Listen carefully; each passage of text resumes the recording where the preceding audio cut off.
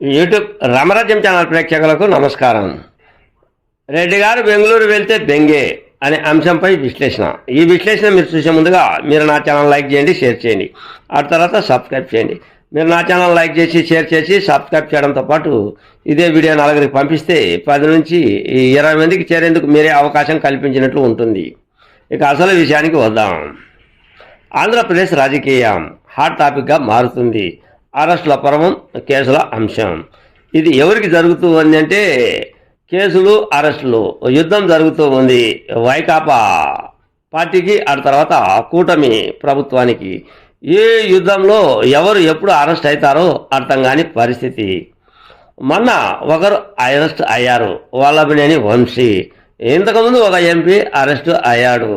అటు తర్వాత నిన్న సినీ యాక్టర్ అయినటువంటి పోసాని మురళి అరెస్ట్ అయ్యాడు.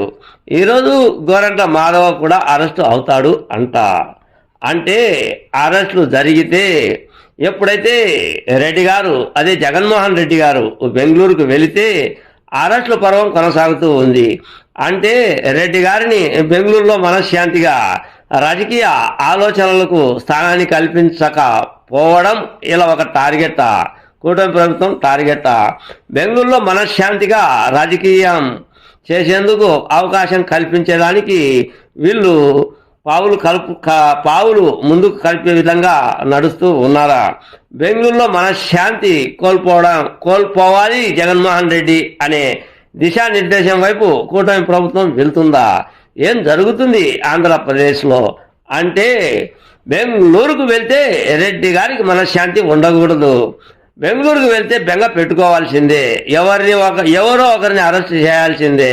ఆయన బెంగళూరు నుంచి రావాల్సిందే, జైలు వద్ద వాళ్ళను పరామర్శించాల్సిందే. ఆ తర్వాత ఒకవేళ వీలు లేకుంటే ఫోన్ల ద్వారా వాళ్ళ కుటుంబీకులతో మాట్లాడాల్సిందే అనే టార్గెట్ కూటమి ప్రభుత్వం పెట్టుకుందా అనే సందేహం రాక మానదు. బెంగళూరుకు జగన్మోహన్ రెడ్డి ఎప్పుడు వెళ్ళినా కూడా అరెస్టుల పర్వం జరుగుతూ ఉంది.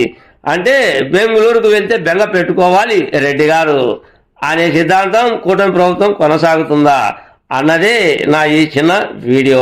మీ సీనియర్ జర్నలిస్ట్ దేరంగుల కృష్ణయ్య. నమస్తే.